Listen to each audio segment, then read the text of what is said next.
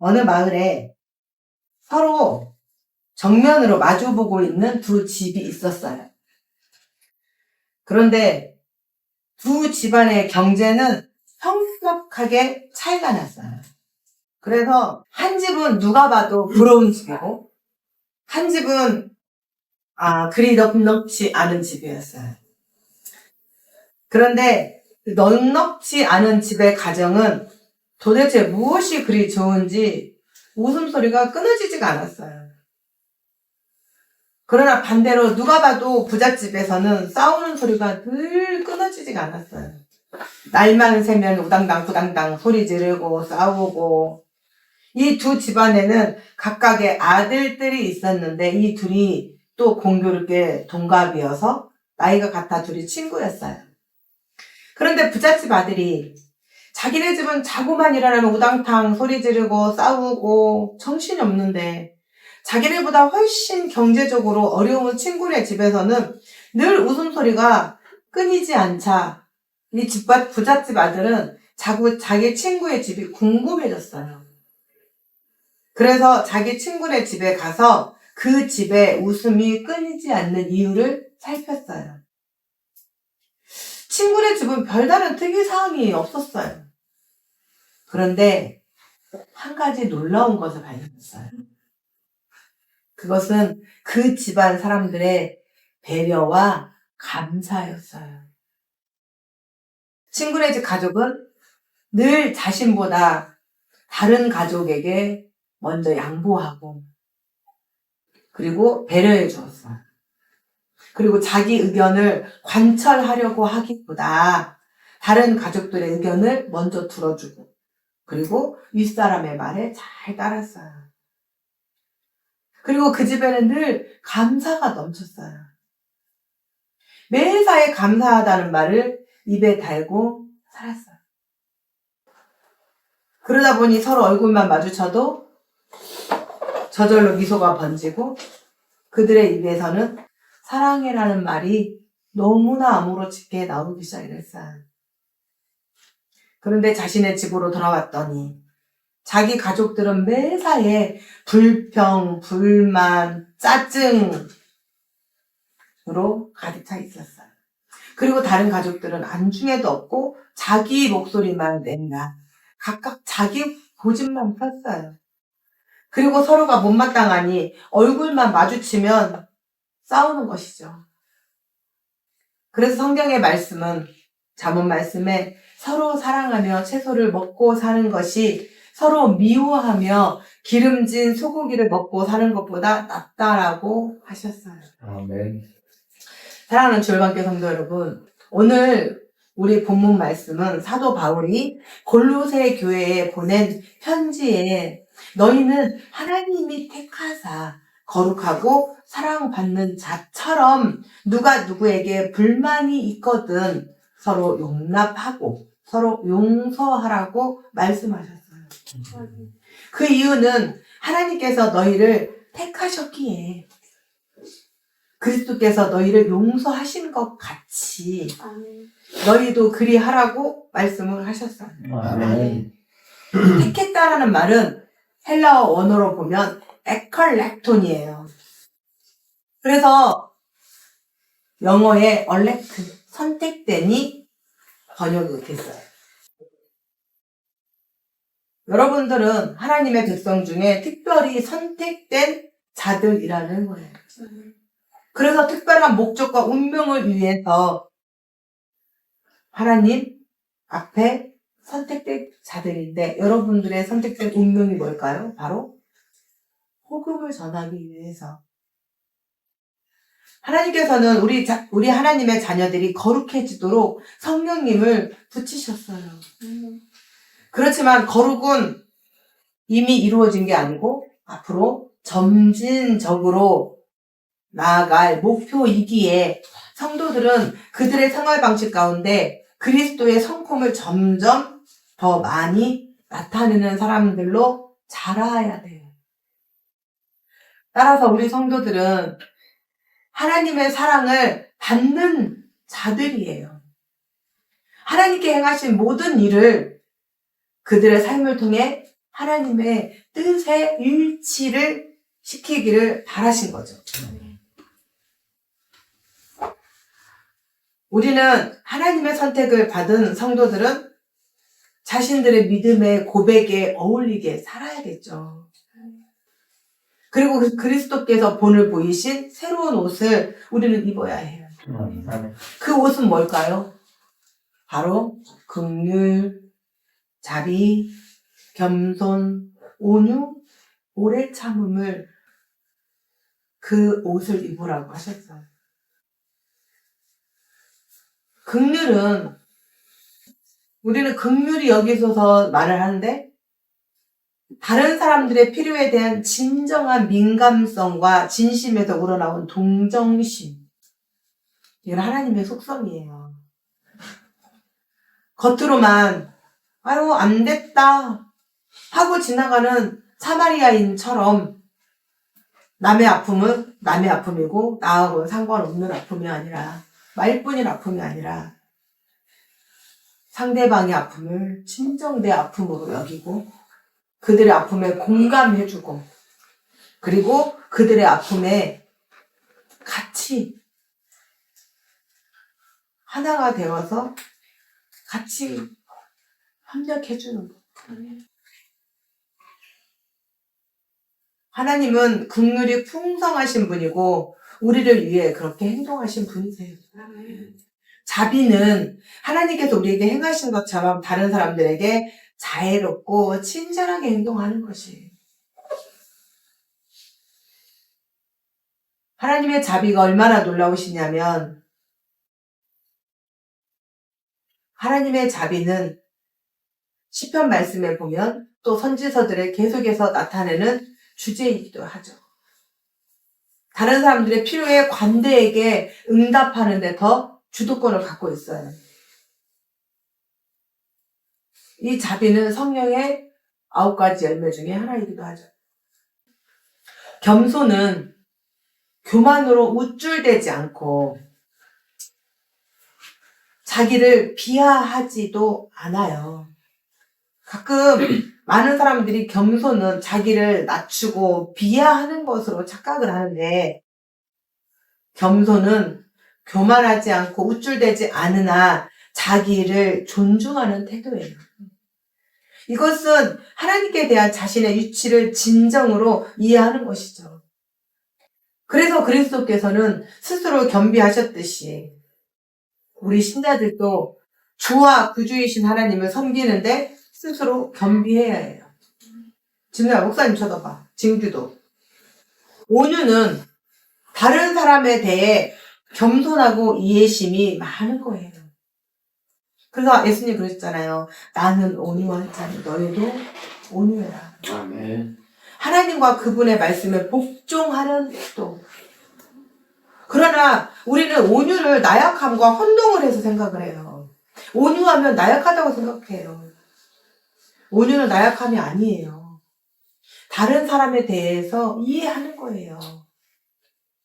그리고 타인을 위해 자기의 권리를 기꺼이 포기하는 것. 역시 우리 그리스도께서 우리에게 본을 보이셨죠. 그래서 제자들의 발을 씻겨주셨죠.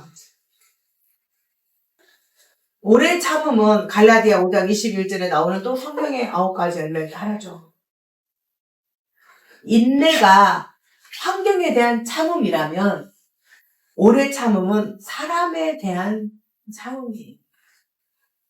우리는 사람과의 관계성 속에서 오래 참아야 할 때가 있어요. 긍휼과 자비와 마찬가지로 이것 역시도 하나님의 형상을 지닌 사람들에게서 재현되어야 할 하나님의 속성이죠. 얼마나 하나님께서 오래 참으셨냐면 로마서 2장 4절 말씀에 보면 하나님은 회개하지 않는 사람들에게조차도 오래 참는 것을 보이셨어요. 그래서 로마서 9장 22절 말씀을 보면 그들에게 오래 참으심으로 그들의 보응의 날을 연기하시기까지 하셨어요. 하나님은 또 오래 참으심으로 하나님의 사랑을 나타내 주셨죠. 그래서 사도 바울은 골로새 교회 성도들에게 또 오늘날 우리 이 땅의 많은 신약의 교회들에게 서로 모든 사람에게 오래 참는 것을 보여주라고 말씀을 하셨어요. 네. 그리고 서로 용서하라고. 용서는 서로 용납하는 것과 관용하는 것을 말을 합니다. 그러므로 서로 피차 용서하는 것은 상호 간의 모든 관계에서 반드시 두드러지게 나타나야 할 요소예요. 예수님께서 몇 번 용서하라고 하셨죠? 7번씩, 70번. 용서하라는, 지칠 줄 모르는 끊임없는 용서의 원리를 가르치셨어요. 70번씩 7번. 7번이 70번이 아니고, 옆에서 말을 잘못 집어넣는 거예요. 70번씩 7번. 그럼 몇 번이라는 거예요? 그 말은 무슨 말이냐면, 끝까지 용서하라는 거예요. 그리고 주님의 가르침에서 자기가 하나님의 용서를 구한다면, 자기도 다른 사람을 용서할 자세가 되어 있다는 거죠. 에베소서 4장 32절 말씀에 보면 서로 인자하게 하며 불쌍히 여기며 서로 용서하기를 하나님이 그리스도 안에서 너희를 용서하신 같이 하라. 우리 주님이 가르쳐 주신 기도에 나오죠. 사도 바울은 우리에 대한 하나님의 용서와 다른 사람에 대한 우리의 용서 사이에 밀접한 관계가 있다는 것. 우리가 다른 사람을 용서하지 못하면 하나님도 우리를 용서하지 않으신답니다. 우리가 다른 사람을 용서하면 하나님도 우리를 용서하신답니다. 그래서 다시 12절을 보면 긍휼과 자비와 겸손과 온유와 오래 참음을 온 이부라고 하셨어요. 네. 여기서 사람의 행실과 성품을 그 추상적인 것들을 구체적인 옷에 비유한 것은 히브리 민족들은 당시에 독특한 사유에 근거해서 자신들이 세례를 받고 할 때는 새 옷을 갈아입고 그리고 세례를 받았어요.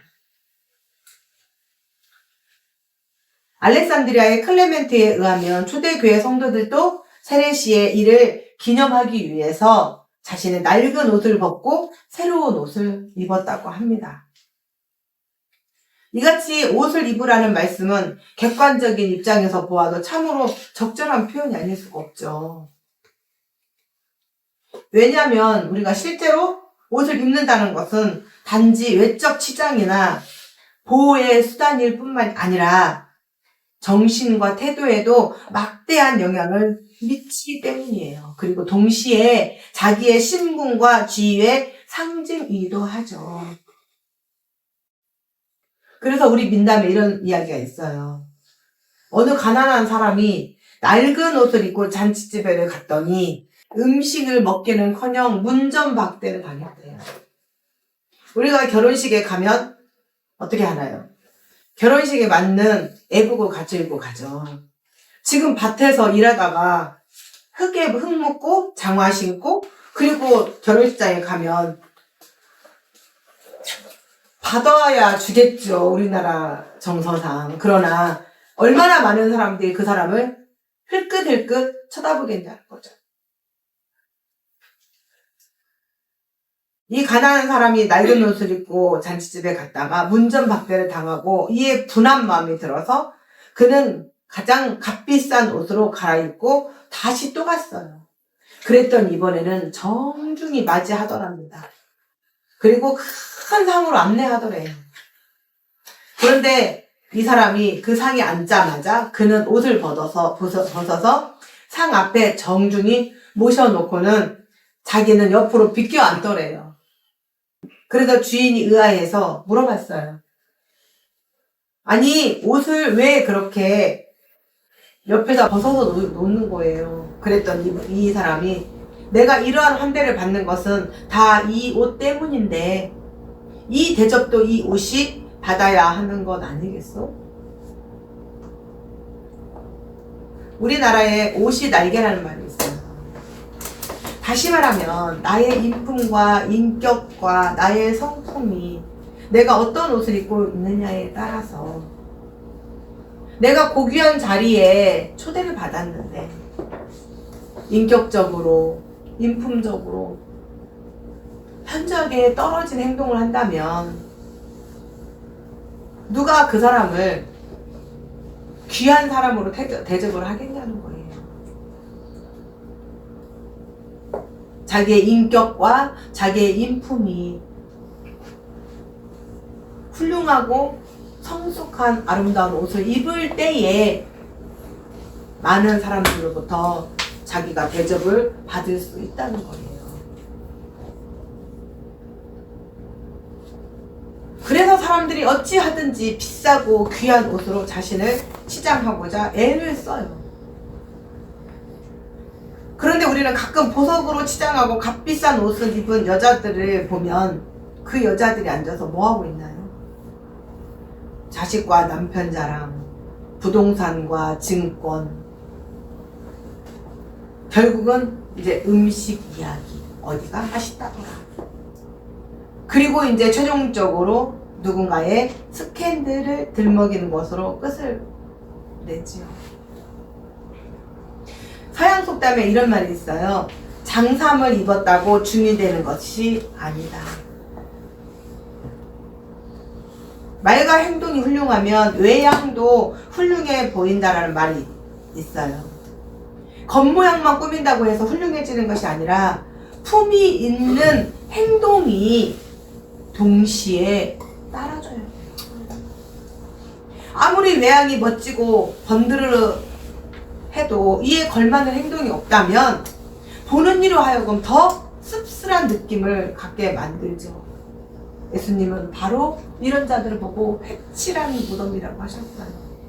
안에는 더러운 송장이 썩고 구더기가 더글더글 하는데 그 위에는 매끄름하게 회칠해서 아무것도 보이지 않는. 사랑하는 주일반교 성도 여러분, 우리는 하나님의 거룩한 백성답게 겉과 외양을 꾸미기 전에 먼저 진리와 성령으로 내면의 아름다움을 가꾸어야 합니다. 아멘. 그리고 이 땅의 것들로 치장을 하는 것이 아니라 이 땅에서 얻을 수 없는 하늘의 신령한 것들로 우리를 꾸며야 합니다. 왜냐하면 성도에게 있어 가장 아름다운 패션은 바로 그리스도의 옷이기 때문이죠. 아멘. 또한 진정한 아름다움이란 껍데기의 장식이 아니라 내면의 거룩함과 선하고 아름다운 행실이기 때문입니다.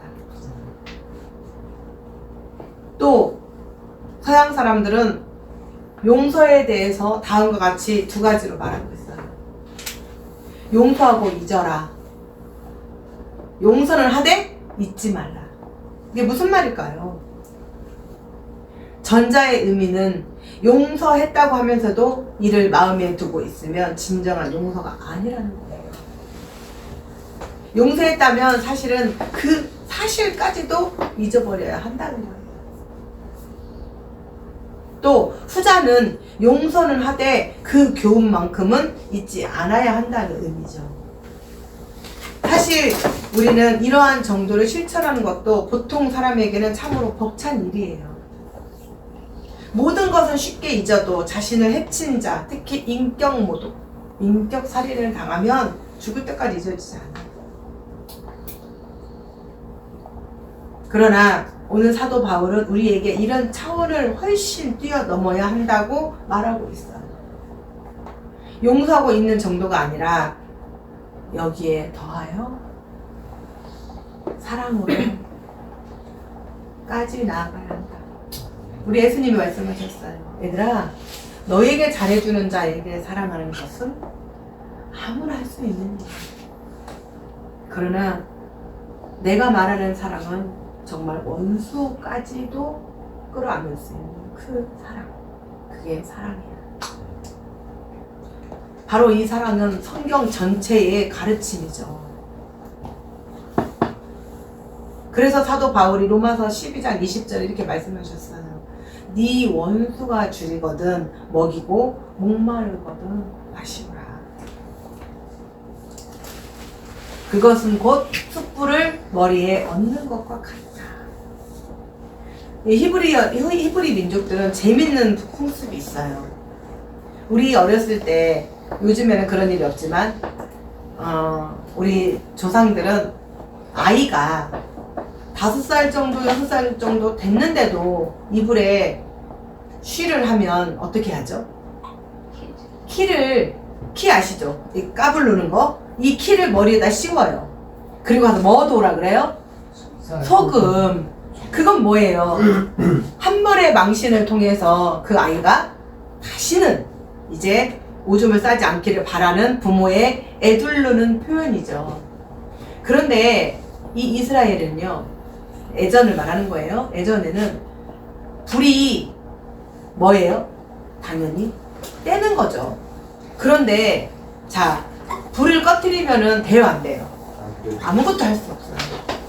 음식도 못 만들어요. 난방도 안 돼요. 그런데 만약에 그 숯을 불을 꺼뜨린다면 그 집안의 여자는 무능력하고 아주 형편없는 여자로 그 사회에서 낙인이 찍혀요. 그래서 따돌림도 당하고. 그런데 이 원수에게 잘해주는 것은, 자 보세요. 숯이 꺼져버렸네요. 그럼 어떻게 해야 될까요? 먹고 살아야 되고 난방해야 하니까 옆집으로 가서 빌리러 가겠죠. 그런데 함부로 자기 숯을 빌려줄 수 있을까요? 없을까요? 없어요. 왜냐하면 숯은 잘못 건들면요 세력을 잃어요. 숯을 이렇게 모아져 있을 때에야 이 숯이 꺼지지 않지, 잘못 건드려 버리면 그 숯의 중심을 빼버리면 이게 꺼져버릴 수가 있어요. 그래서 좀처럼 숯은 빌려주지 않아요.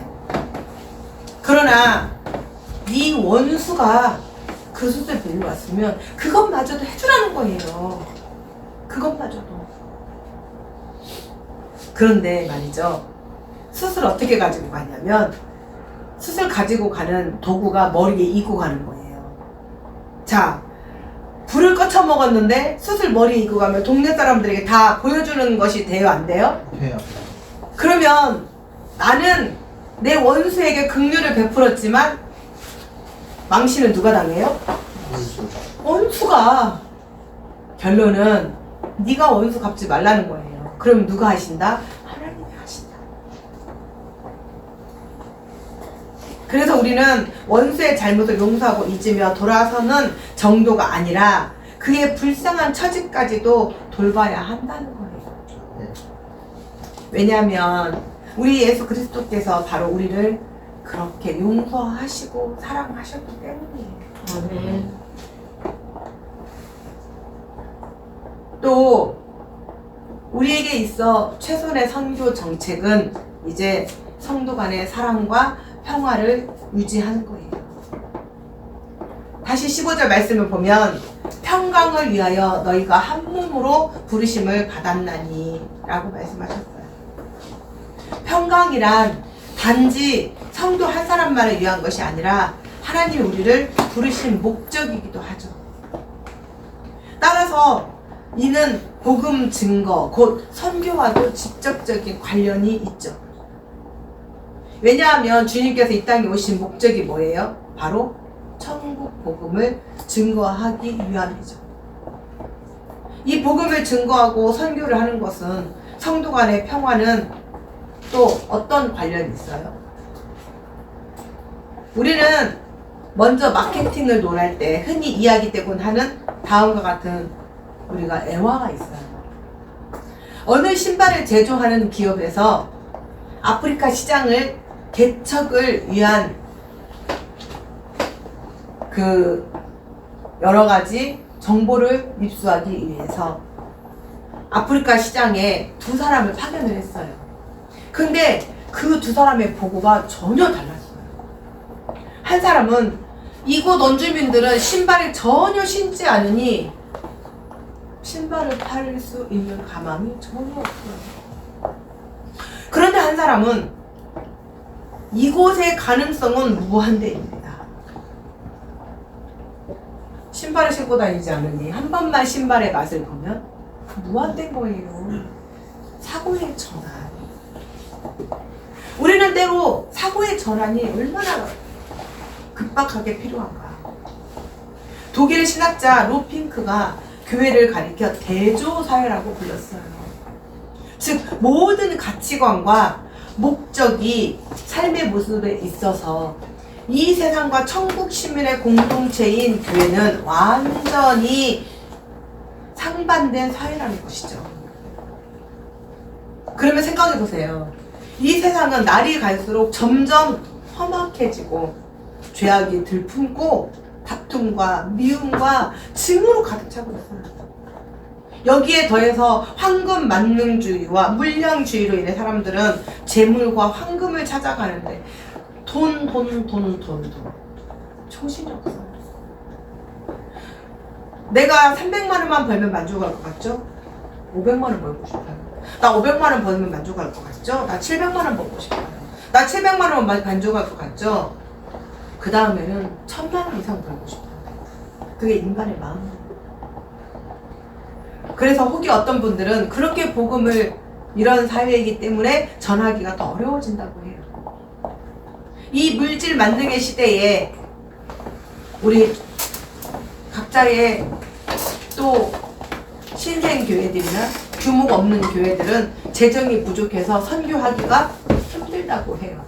하지만 달리 생각하면 오히려 정반대라는 거예요. 신발을 아무도 신지 않았기 때문에 더 큰 가능성이 있듯이 세상에 그렇게 흘러가기 때문에 오히려 더 큰 가능성이 있다는 거죠. 이에 대한 비결은 바로 대조사회인 교회의 본질을 회복하는 데이기 때문이에요. 이 악한 세상이 험악하고 미움이 가득 찰수록 교회는 더욱더 사랑과 평화의 공동체가 되어야 돼요. 세상이 물량주의로 흘러갈수록 우리 성도들은 더욱 검소하고 청빈하게 살아가면서 하나님의 사랑을 전할 때 오히려 세상은 교회를 주목하게 되죠. 우리 주열방교회가 그런 교회가 되기를 주님의 이름으로 축원합니다. 아멘. 왜냐하면 어둠이 깊을수록 촛불은 더 밝게 보이는 법이기 때문이에요. 우리는 복음을 증거하고 선교를 하기 위해서 새롭고 신기한 프로그램을 짜내느라 머리를 싸맬 필요 없어요. 제가 늘 주장하잖아요.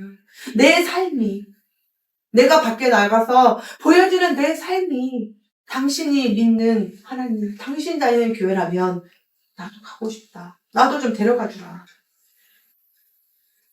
세상의 주목을 끌 인기 스타를 동원할 필요도 없어요. 재정이 부족한 것을 이유로 손을 놓고 있어서도 안 되고. 다만 우리는 말씀과 진리에 따라 더 큰 겸손과 사랑으로 서로를 섬기고 그리고 성도 간의 평강과 평화를 위해서 최선을 다하면 돼요. 왜냐하면 이것이야말로 이게 바로 천국의 본질이죠. 목적이에요.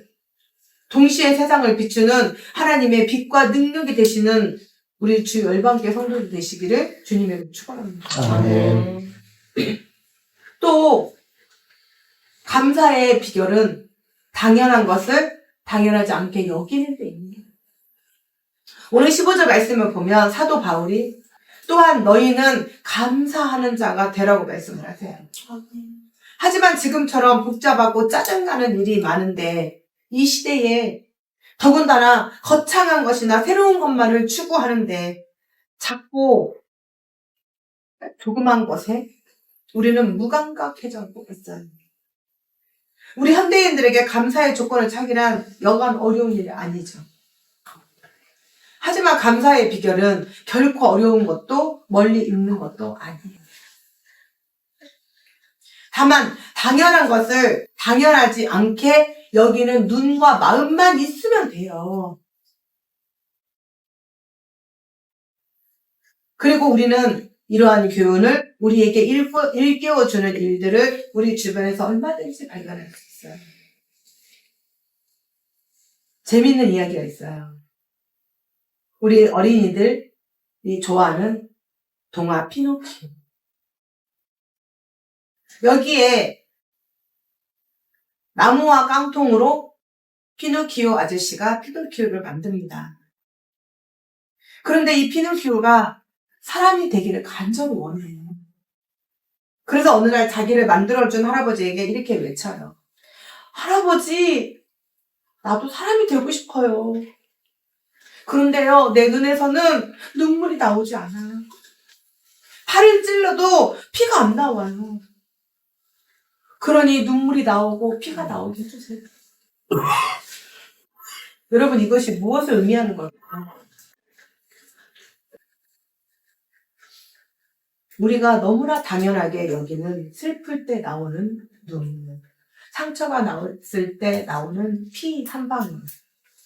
이 모든 것이 바로 내가 살아있다는, 내가 생명체라는, 내가 인간이라는 증거예요. 어떤 철학자가 병상에 누워있는데 그 친구가 문병을 왔어요. 여보, 자네 안 좋을 못술병에 걸려서 이렇게 누워있는데 지금 기분이 어떤가 위로하려고 왔어요. 그런데 이 철학자가 너무 들뜬 목소리를 그런 거예요. 난 지금 기뻐. 내가 고통을 느낀다는 것은 아직 살아있다는 증거잖아. 사랑하는 주일반교 성도 여러분, 우리는 하나님께서 감사를 가르쳐 주셨어요.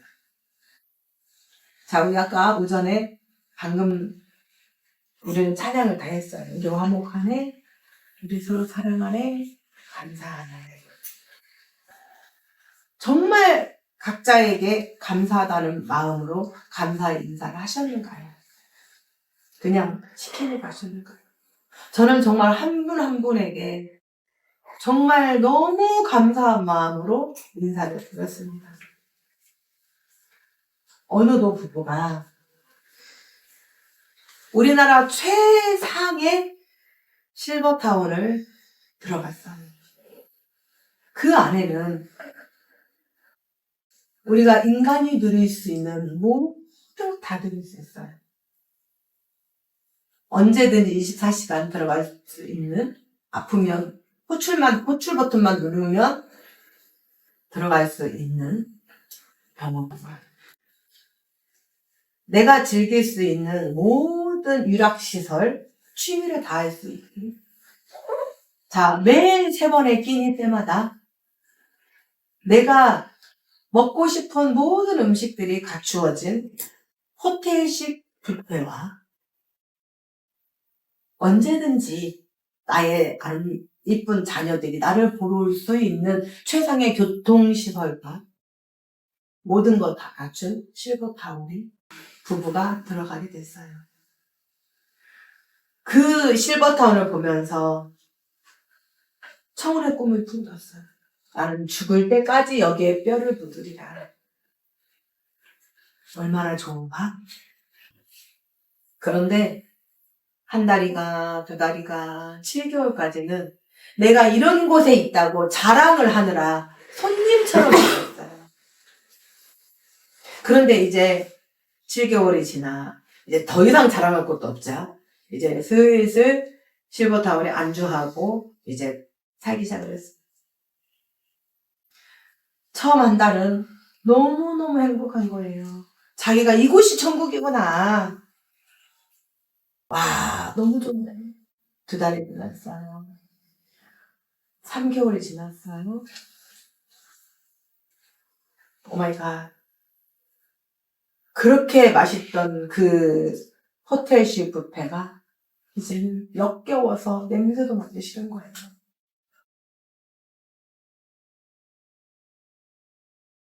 취미 생활을 하려고 내려갔더니 노인들밖에 없고, 그리고 뭔가에 자신의 어떤 수준 높은 좀 대화를 통해서 인격 성장을 하려고 갔더니 자식 자랑부터 시작을 해서 어떤 브랜드의 옷이 잘 나가고 어떤 가방이 비싸고 연예인 스캔들로 해서 이제 마무리가 되는 거예요.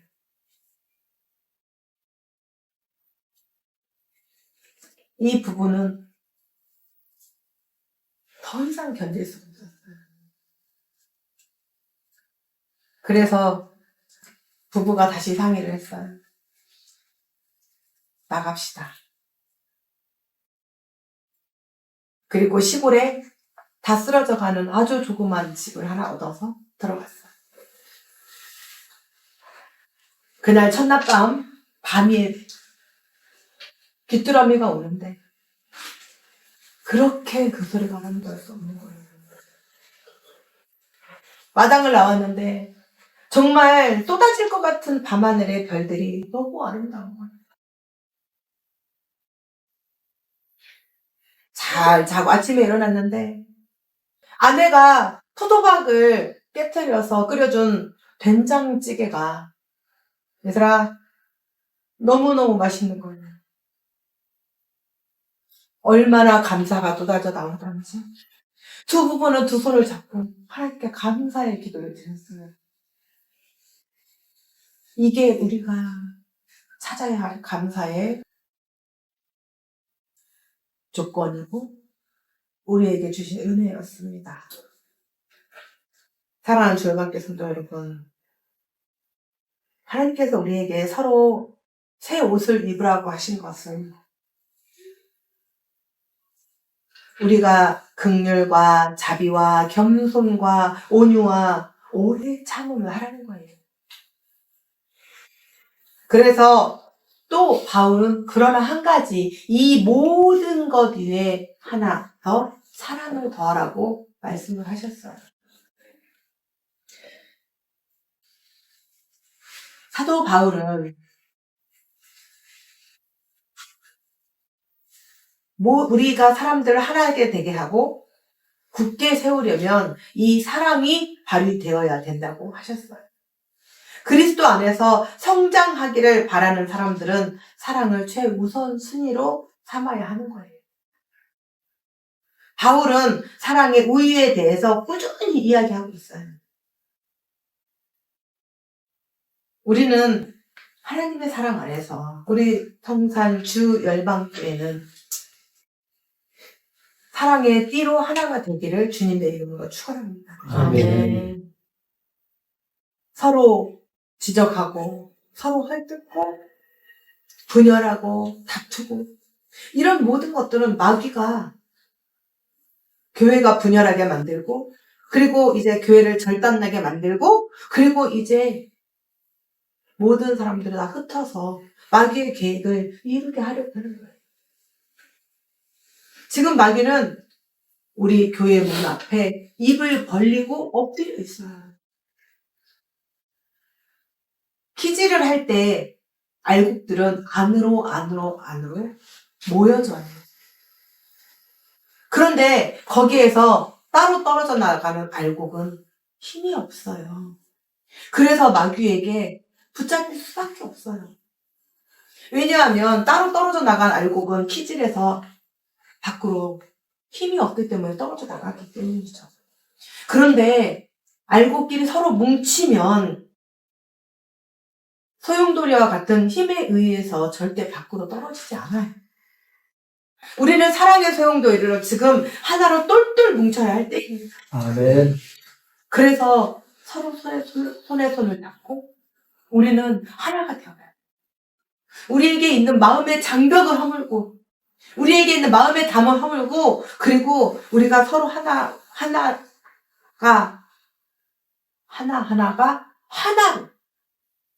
합해져서 그래서 우리는 주님 앞에 힘차게 나아가야 합니다. 아멘. 그래야 우리는 입 벌리고 있는 마귀의 입술에 떨어지지 않습니다. 그래서 우리는 정말 우리 주 열방교회가 오늘 주제로 화목과 화평을 이루게 하시는 예수 그리스도를 머리로 하고 그 지체가 된 우리는 서로 손에 손을 잡고 하나가 되어서 주님 앞에 열심으로 나아갈 때 이제 하나님께서 우리 주일반교회를 향하신 그 놀라우신 계획하심을 이루시게 됩니다. 아멘. 그래서 하나님 안에서 이제는 우리 모두가 서로 발을 맞추고 손을 잡아서 하나님의 계획하심 가운데에 사용되시는 그 놀라운 뜻을 이루시는 사랑하는 성산 주일반교회 성도들이 되시기를 주님의 이름으로 축원합니다. 아멘.